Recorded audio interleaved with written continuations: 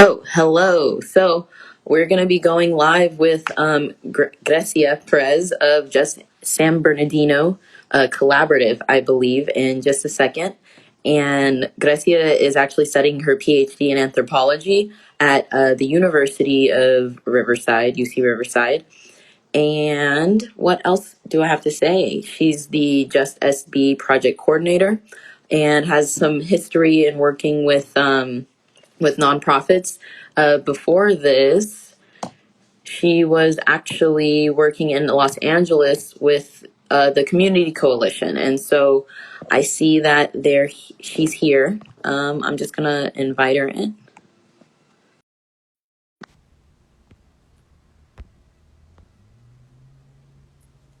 If I can click the buttons. No mosquitoes. Anybody else having mosquito issues? Um, Hey, yes, mosquitoes are always biting me. Okay, and my sister's been like saying this year it's extra intense for her, and well, honestly, me too. So Yeah, and they come in around this time, right? From now till sunset. So I avoid being outside if I don't yeah, way, like especially if I'm wearing sandals, because they'll go for that. yeah, like the top of my foot and my ankles are getting eaten up.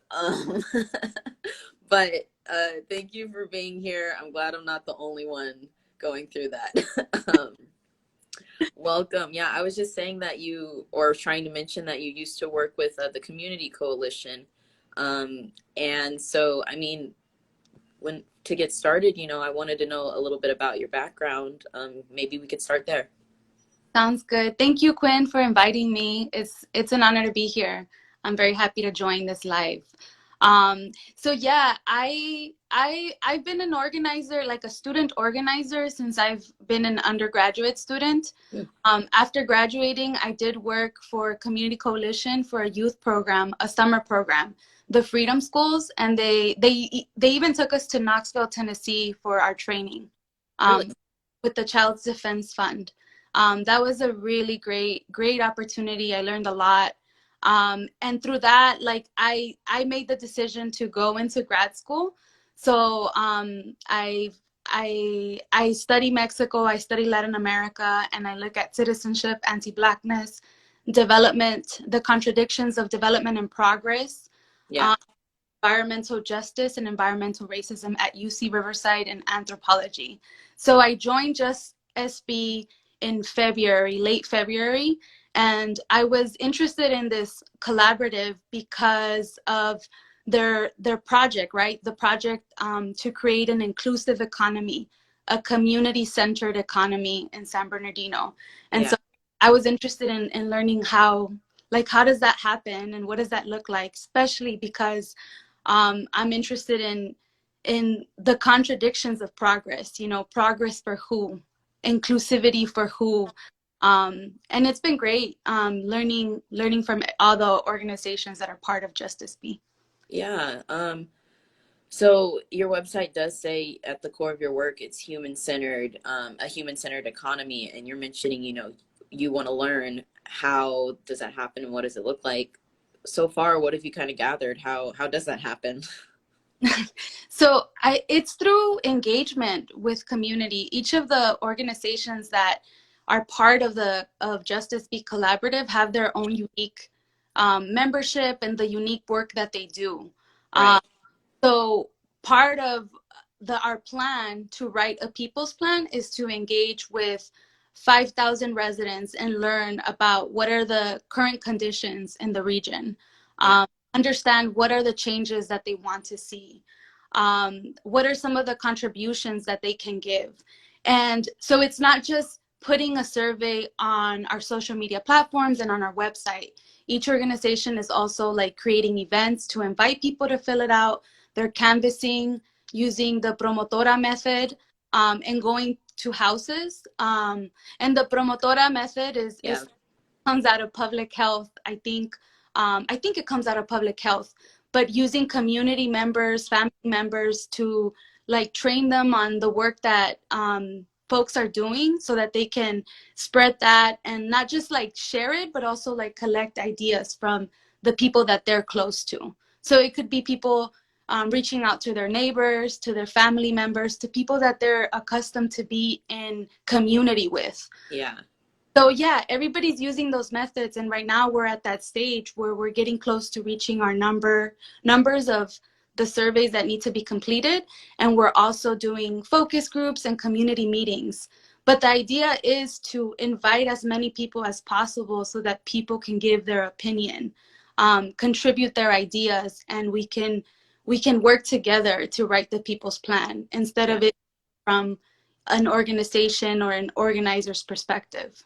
Yeah. So I'm understanding, it's really uh, using like the diversity of the area to kind of make sure that we're working together to represent everybody in this economic plan. Yeah. Yes. Okay. And then, so I'm curious, you want to collect 5,000 responses or get that many people involved. Um, that's there's no deadline on this, right? It's just like you guys are going to keep working towards hitting that goal so that way you can kind of maybe reach the next stage. Well, there is like an internal deadline that we have, and it's part of a plan that we designed Hmm. collaboratively. So that is not the end goal. It's just a tool to like, begin engaging with folks.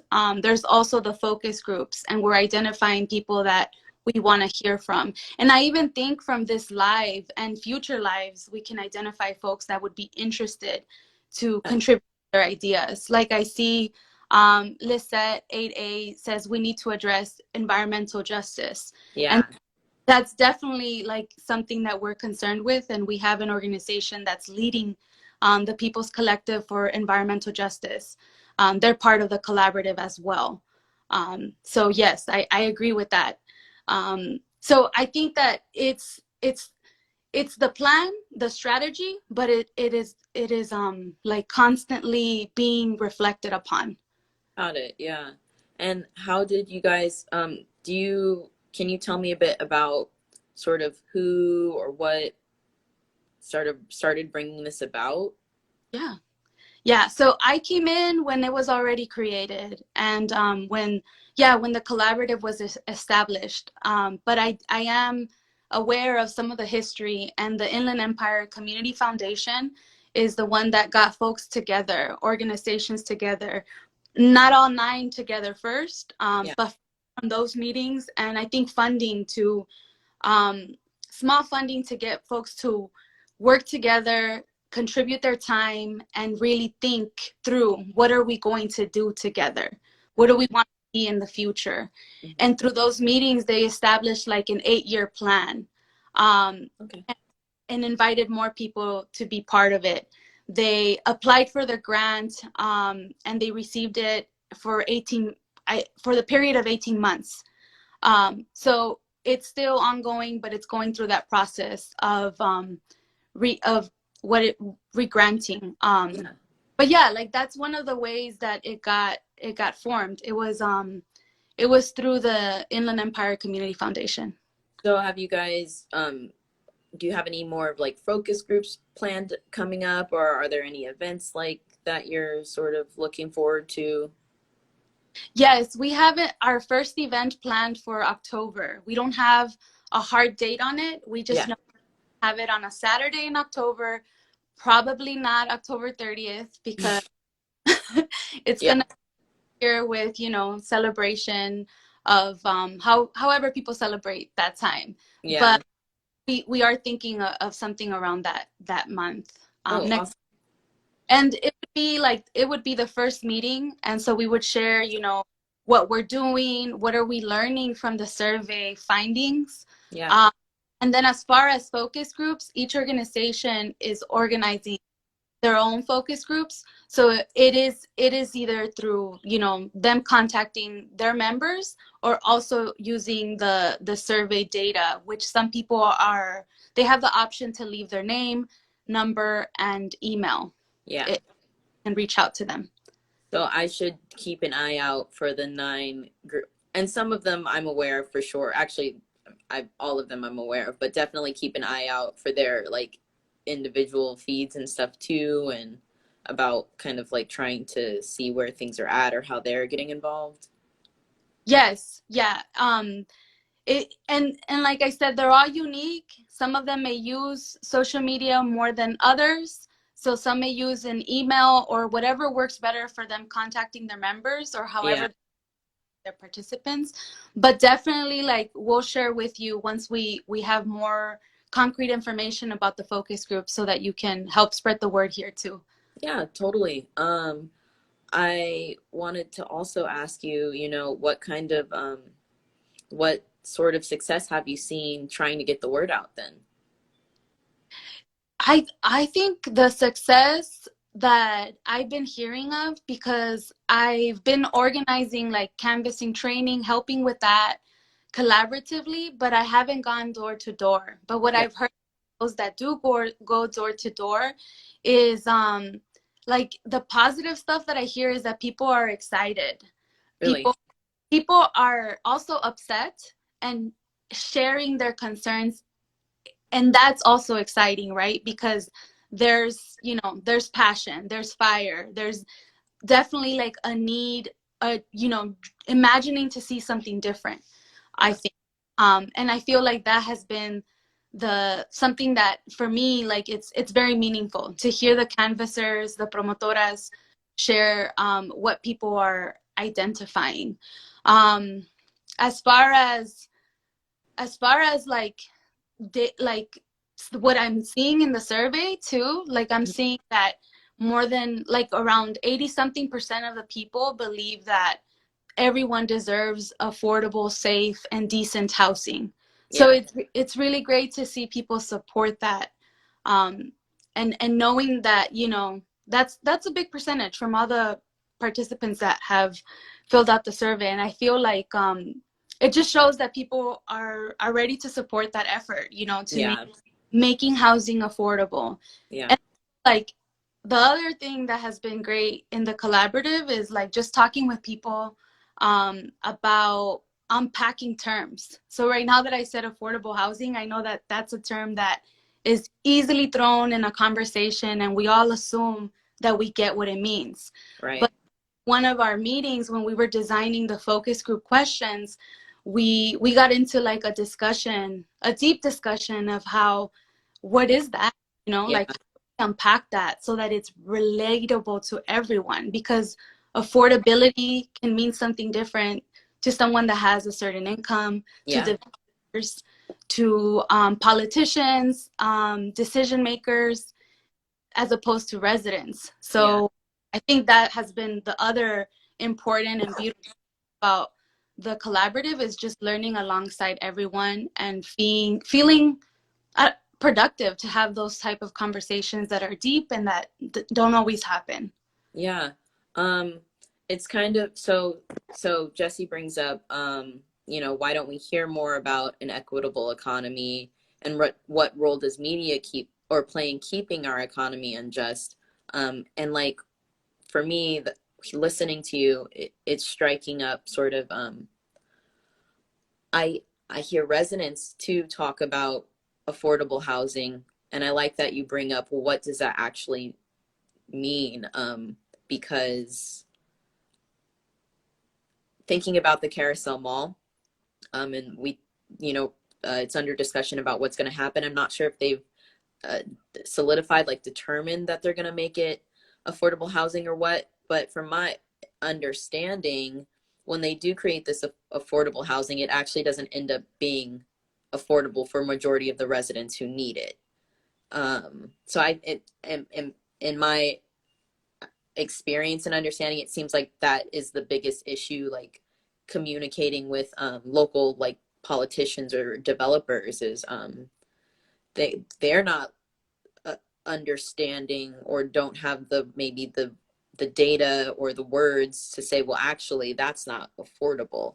um, is that something that you're trying to gather in your survey and your focus groups, is like, well, what specifically for most people out in the IE or in San Bernardino, excuse me, is affordable? Mm-hmm. Yeah, so I think the affordability and the equitable question um, is not always addressed because it's a very abstract term, like I mentioned earlier. And Hmm. I, what I feel that we're doing is like we're understanding that there's some terms we can't just, you know, use and run with them. So we really need to engage with the people to hear what they're saying, note that, and use that as a description. Right. Invite them to meetings. Also Right. engage them on how to be civically engaged, to be able to pressure decision makers. Got it.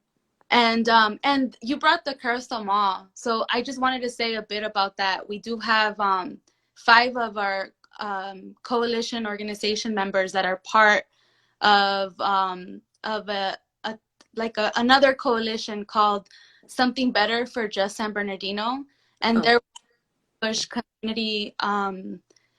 community benefits agreements with the developers that are working in the Carousel Mall. can So you help me understand what that means a little bit? yeah. So community benefits agreement are really defined by the people. And so it's so if housing affordability is one thing that's concerned, then Yeah. that needs to be in the CBA, right?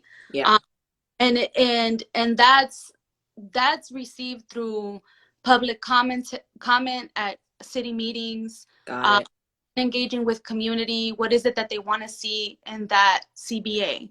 And CBAs are in other places of not just California, but the US. I know there's some in Los Angeles. I think the Staples Center has one. There's some in Oakland. So it really like just because there's a CBA does not mean that that's a win, that's a victory, it's a success. No, it always has to be guided by community support, folks that want to see, that want to define what affordability means. And Right. that's why I think it's important to get people involved if they're really concerned with housing affordability around the Carousel Mall to Mhm. be part of developing the CBA and supporting it. Yeah, so Lizette's asking how can we become involved with the CBA for the mall? Um, That's a good question. You can reach out to us and then we can connect you with them because 5 of our or member organizations are part of that. Right. There's 7 community-based organizations in from San Bernardino that are part of that effort.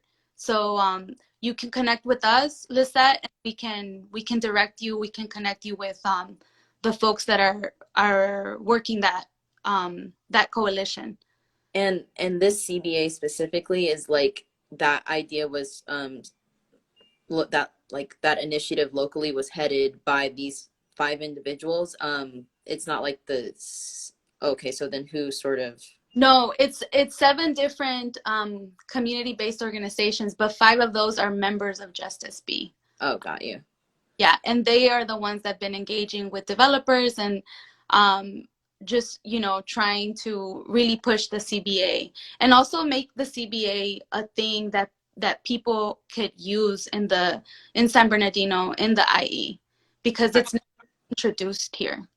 Right. So are they sort of using the same do you know if they're using a similar tactic as like you guys have been doing with the People's Plan in terms of like using the promotoras or canvassing or you know. Well, some of the things we're addressing are also overlapping with Yeah.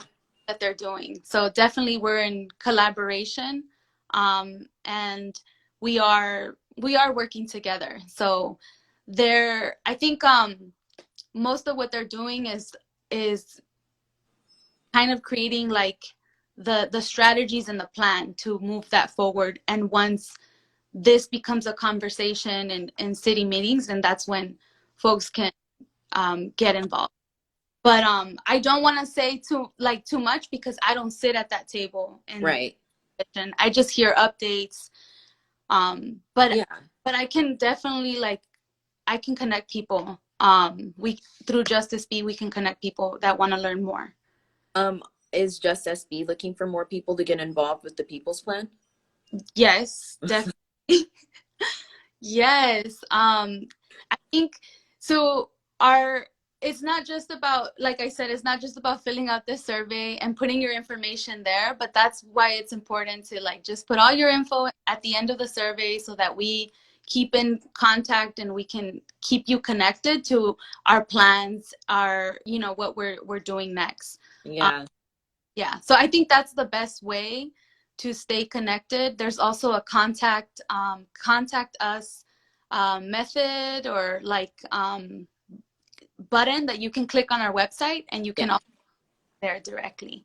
But yes. Is the People's Plan for an Inclusive Economy somewhat similar to a CBA? Am I misguided in imagining that connection? A people's plan is more, I would say, is more broad, and it's Okay. focused on, it's informed by a methodology of different like methods of gaining people's opinion and ideas, like the Got survey it. group and meetings, and then other ways that we're collecting stories as well. It could be digital as well, it could be through live sessions. And a CBA is more of it's an agreement based on a development project. Yeah. Yeah. So I'm curious, thinking about getting people involved. How much of that do you think has to do with people's access to information, like knowing about what's going on, versus maybe just more education on why it matters to get involved?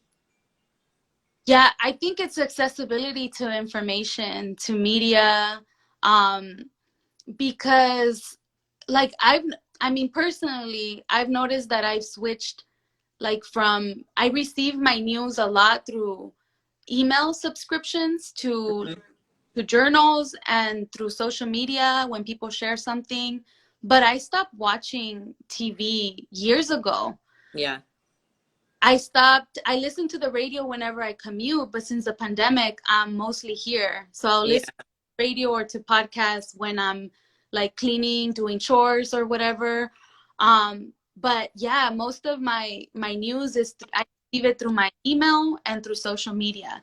So I think, and I'm not saying that everyone is that way. What I'm saying is that, like, that's personally for me how I've shifted how I get my information. Hmm.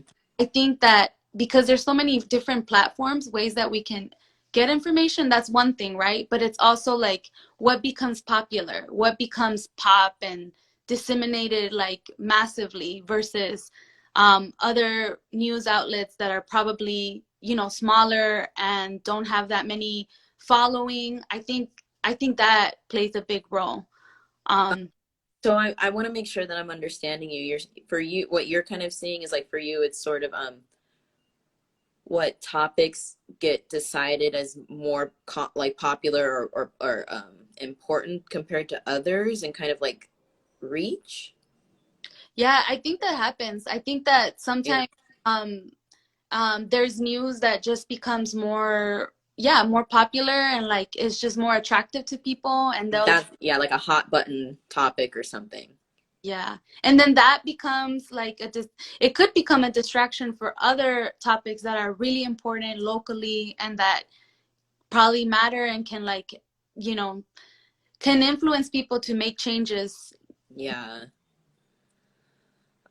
So, and how then do you think, like what do you think the problem from your experience while you've been out in the IE has been with news and information for you? Um, are you is it, what am I trying to ask? What what roadblocks have you come into when trying to stay informed? Like about what you care about or what you're passionate about? Hmm. I think so for the I would say that I did struggle to find legitimate places at the beginning, and now I feel more informed because I'm actually collaborating and working with people that Mm. are doing the work. So Yeah. that's how I've become more aware of the things that are happening policy wise in the IE, um, locally too, because grassroots organizations know what people are, struggling with. Uh, Mm-hmm. but also like recognizing that I'm not from the Inland Empire, right? I grew up in a city in Southeast LA called Maywood, and then I moved to La Puente, and then I resided in Riverside while going to school there. Yeah. So the IE has always been, I've been aware of the IE, but then moving to Riverside is when I was like, okay, like this is a different place. It feels different. Like I need to find the folks that I can trust, and for me, Right. that means is grassroots organizations. Right. So, I don't know if these are related, but I wanted to ask, why did you change how you get news and information? Like you said, you don't really watch TV anymore like you used to. So I'm assuming you mean like TV news, Yeah. and like it makes sense why you don't really listen to the radio as much. But you also were saying that you moved. Did those kind of go hand in hand? Like, how did news change for you when you moved? I guess is I think the question I'm trying to ask. I think I stopped watching news on TV because I grew up watching like the very popular channels. In Spanish, Canal 34, Univision, Telemundo. Yeah, And I think after going to school, like I studied sociology and anthropology in undergrad, and then I studied Latin American studies and now anthropology. So like I've always aligned with being critical of what's being told to me. And yeah, so then I started refusing to watch and engage. And even with the English channel, sometimes I'll visit my sister and her husband will be watching the news, and that's how I get to hear it. But it's never like something new. Like I've heard of it because I read about it or I saw it somewhere else. yeah, So I feel like it is school that has impacted that. Not watching it on TV. I don't think it's moving around, and also like all the streaming channels. So like if I ever want to watch TV, like mm. I can avoid commercials and I can avoid watching the news directly. Do your politics like really influence where you get your news? And do you try to stay up on, views that are contrary to yours for any reasons or not? I mean, Yeah. I think I do. Yes. Um the like so I think after Trump was elected as president, I began to be more obsessed with learning what the politics that I don't agree with were saying. Um yeah, because then it really, like, I really connected the pieces. It really made sense. I also like started, why all of this stuff was go not I don't want to say going on, but what made sense? what made sense was that I need to listen to what the different opinions are, the opposition to whatever my politics are. Oh yeah, Yeah, that's when it clicked and it made sense that we need to be aware of what is the opposition of my personal politics. yeah, But yes, I think that my politics do influence who do I trust, yeah, yeah, who do I engage with? I mean, even when I saw the call for this job position, like I had to research all the organizations involved to make sure that I wanted to work with them, that they were doing good work. yeah, No, because if not, I don't. It wasn't gonna be something for me. Like I've had other jobs where like I hear horrible comments from the people that I'm working for, and it just didn't sit well with me. So I yeah, like both news and the folks that you spend your time with, contribute your labor to, you work for, always, for me it's always personal and political. yeah. Do you it sounds to me like you tend to be a person who also makes sure to do your research about everything that you are investing yourself in. Yeah. You don't just take it on forget the phrase, but you don't just take it not with a grain of salt, but at face value. Face value, that's what it is. Yeah. Yeah. And I don't know if it's like the PhD training, because whenever I present anything, you always have like, 5 people challenging, what about this? What about that perspective? And have you thought about this? And it's like, oh no, I did, but I didn't include it, or I didn't. That's a good contribution. Yeah. So that maybe it's that training that has given me the paranoia. That's, hey, I think it's important to have a healthy amount of questioning for sure. You you mentioned, oh, just in your last statement. Oh, I'm kind of curious if you think like journalism and local news and just news in general could use a lot more listen what research. um like, have you encountered, do you would you agree with that statement maybe, or do you think that that's not really the issue with why it can be difficult to trust, like, say, big papers or the local papers versus a community organization? Um, that's a good question. I think that like sometimes it's not important to like show all the evidence, because it's probably, or all the data, or like just more research, like you mentioned. Hmm. Sometimes Or like just getting like the facts, maybe, like, you know sorry, I didn't mean to cut you off. um I think it depends. I would say that it's important to include facts, but sometimes messages click to people. Mm, They make sense. And so I think that's the other part of writing, right? That you want to capture the reader, you want to connect with them. So you want to use like emotional language hmm. to make that connection. I think that when you do that, it is successful. But as far as facts, I think that like facts, I get it. Yes, I think that would be important support. Like it helps. It just helps give the reader some information, and if the reader wants to skip through it, they can. But I thought you meant like research. I'm like, no, that's too much, that's Yeah, not necessarily always having to do like for every not for every news article, like you have to have data tables and stuff, but maybe just sometimes background checking or fact checking, like making sure this person actually said that, or maybe like context is a big thing.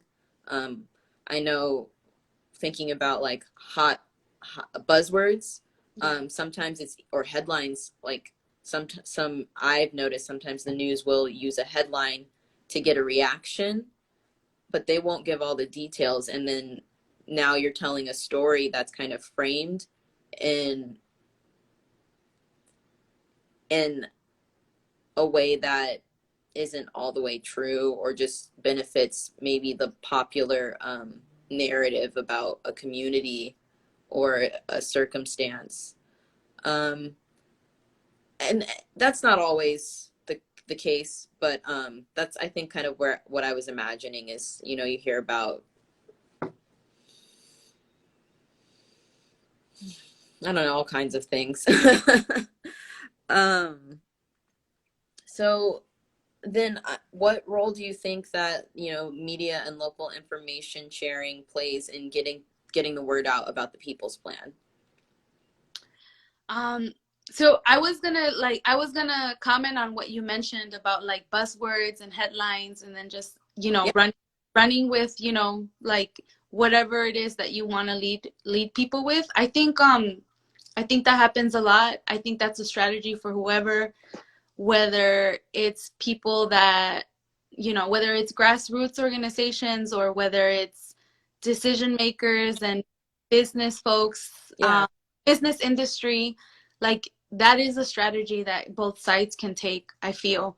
I think something that's really cool about connecting with you, Quinn, is like that we can be also in collaboration with how can we improve the way we share information. Yeah.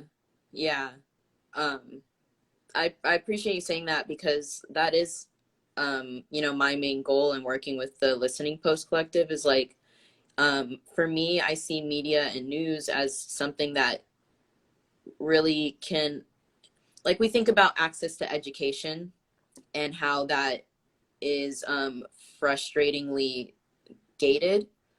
But access to education allows for like not personal development, which allows for community development. And like I see the same thing with news, you know, if people aren't being able to access news and information or learn about, you know, the efforts that or collaboratives and organizations and individuals like Just SB and PCEJ and stuff are doing, it's really limiting to the progress that we could be making because on a community level, you hear I'm hearing it all the time. You know, we need racially inclusive environmental justice or racially considerate environmental justice, and we need affordable housing. And you have all of these millions of voices, just like we have the popular vote. But then when it comes down to the imaginary Senate, right? Like the local politicians or even being able to spread the word to get enough physical support for it, it's not some it's not being taken seriously, Mm-hmm. even though the numbers are there. And I think if the community could take back media, which I see a lot of organizations doing through Instagram specifically, and hopefully any kinds of there, and that's what we're looking to support, any opportunities where people want to find a way to make sure their community is getting information. Mm-hmm. Yeah, yeah, I think it's all connected is what I'm trying to pinpoint. Yeah, It makes a huge deal. I see that. When you said like access to education being dated or outdated. Oh no, gated. Like, sorry, this was the gate. Like Uh, the fence. yeah. So I think, yeah. So I'm not, like I told you before, like I'm not a PR person. But I do like pay attention to the news, and I do like talk to people around me to see how they're informed. And even just hearing, for example, my parents, they were hanging out outside, and they were talking about the recall. Yeah. And my dad, he's not he's a resident, so he can't vote, right? But my mom could. Mm-hmm. And um and my dad was more informed than my mom. Mm, And my dad's retired, so he does watch the news, he does listen to the radio, and he had, like the information that I agree with without me ever like talking to him about it. mm-hmm. But as he was sharing it with my mom, my mom was also like, "Are you sure? Are you sure that I should vote no?" And and so Yeah. it was interesting to see like the way that they take information and how they discuss it. I think, like, and also something else that you brought up is folks do agree that we need to see changes. We need an inclusive this.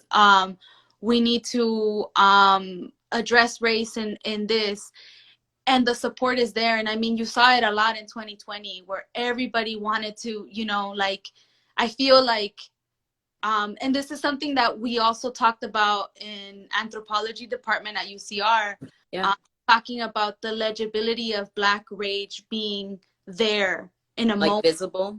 Yes, and everybody's aware of it, and today it's not like that anymore. It's like, I'm not saying that people forgot, but it's just not the same. The like Yeah. It's um like you're desensitized a little bit, yeah. maybe. And so then all the changes were pressured, that we wanted to see all these changes, and then the tables or the groups or the committees to form those changes got formed. But now the capacity, like, is everybody able to be part of this and this and that? Yeah. I, I don't want to cut you off. This is not specifically media centered, but you did make me think about something with I've heard about activism, and is that it's not it's very difficult to remain fully burnout is a huge thing. And so, you know, you have these leaders who are dedicating their life to the work, and but it takes a community. You can't do it alone. And so then where you put my mind thinking about, we had like there was a period of time where people were really invested. We made some small progress, and now it's kind of calmed down again. That's why I think continuing to push the word out to get more, and this is kind of media related actually, continuing to put the word out to say we're still here, we're still angry, we need help is so important. And it's so important to work outside of your community as well, like with other causes who also need help, because it kind of helps distribute the load, I think. Mhm. um, Yeah, and I think it's like we need help with this, and that. What is it that you can do? mm, I think that that is yeah. mhm. Like there's this group working on this project, this other group doing this, because not everybody's going to be interested in, a specific project. Some people may be more artistic and Hmm. want more arts, more creative stuff. So I think like diversifying the opportunities for people to get involved is Yeah. important. And then putting that out there. Yeah. But yeah, I think it is all related. I know it sounds like we're trying to pack so many topics into this Yeah. now. Um, Yeah. but I don't know if you, and I don't mean to sidetrack and talk about something happening in the East Coast, in the US in general, but like the Met Gala that happened.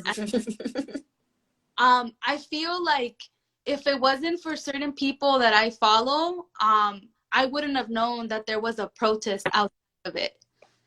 A protesting the ridiculousness of the Met Gala when there's still problems in the community.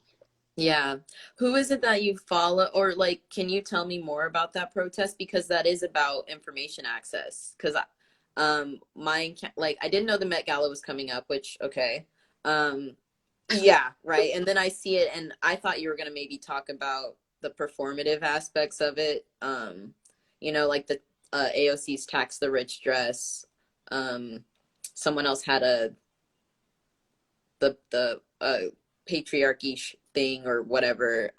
There's a couple outfits I've heard stuff about, Mm-hmm. and I will be honest, and I'm not proud to say that I didn't know there was a protest. I knew people were upset, but I just thought that was people critiquing. I didn't. So, how did you come into contact about that kind of thing? Um, okay, so I think I follow like people that are grounded in abolition work. Oh, okay. And that's how I found out about it, because the folks that led the protest and that organized it are an abolition group in the East I Coast, see.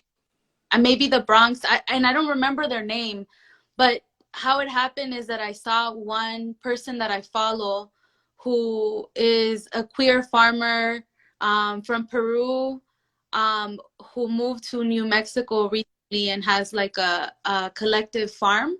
Very Um, cool.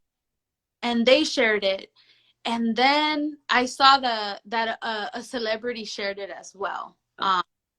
And that's how. So the celebrity that shared it didn't directly put the group's page, but Hmm. then saw and I don't even think that this is this is news yet, but there was a group of folks that are abolitionists. They call themselves abolitionists, and they were there protesting, and they were also like, they also faced police brutality. But they were just making the case, like they're angry, like how the hell are we doing this right now when Yeah. Black and brown people are still dying, are still Yeah. unhoused, are still. Well, and that is news, and it should be, more public than what it is, and that just comes down to, who gets to decide what gets talked about and what is seen as important. And at the end of the day, there are a lot of things that are used as distractions, because for lots of reasons, because it's easier to think about, or um, because it uh, hits something that's like new or exciting, or for some people it helps them keep doing what they're doing, whatever. So Yeah, so sorry, but you bringing that up does matter because that applies, that same thing absolutely can apply anywhere else and does apply to our own city in the ways that I'm hearing, or in the ways that, you know, people are still voicing, this is what we should be focusing on. Why are you looking that way? You know, hey, look that way. Hmm. I don't want to, like, you know, cut off your train of thought or anything. I want to say thank you so much and be mindful of your time. Is there anything else that you'd like to share? I really appreciate you coming on today. I also appreciate you inviting me. I do have one question and one question for you. Um, how could maybe you can answer this by how can we like collaborate to amplify the work that you know that the I Listening Post Collective is doing, that Justice B is doing, and Mhm. also anyone else that watches this, how they can amplify their work as well. Yeah. I think it touches on a lot of the things we spoke about earlier in the live, which is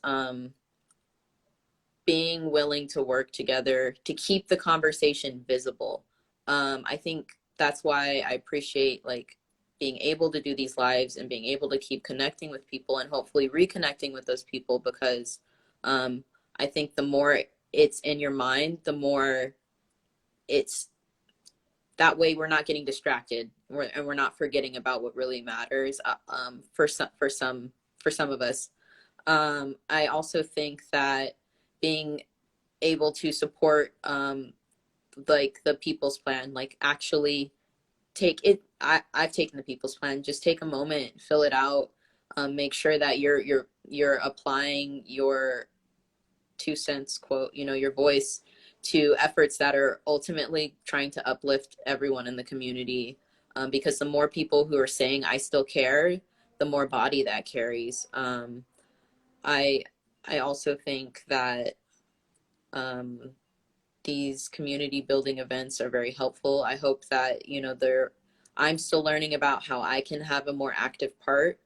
It interests me to see the ways that other leaders around me who have more experience or understanding are able to bring these results to like developers and politicians with, and like how they, I'm learning sometimes have like working relationships. I'm assuming I know that there's so many there's lots of ways that you can try to make change happen. Um, I think it's important. I think like protests are important. If someone's not listening, you have to show, like, you have to be able to set a boundary and say, like, you can't keep treating me and us this way. Hmm. So I mean, I personally, I believe that everyone has a way that they can contribute that that works for them, because you can only do so much. One person can't do everything, but we all. Yeah, I hope that Yeah, came that out honest. I really do feel that way though. no, yeah, um, that was really helpful. I think the part too about keeping the process, keeping the conversation visible is also important because we can get distracted because yes, we are worried with so many other things, with our families, with you know, our pets, our work, school, everything, you yeah, work, school. I mean, the world's in a really chaotic place, and it I personally can feel overwhelmed by that. But if you, for me, I try to like take a breath and focus on what I can do that day, or even I see it as like a positive opportunity to step out of my own bubble and and be useful and be a part of something. Um, know.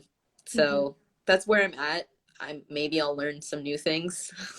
Yeah, same here.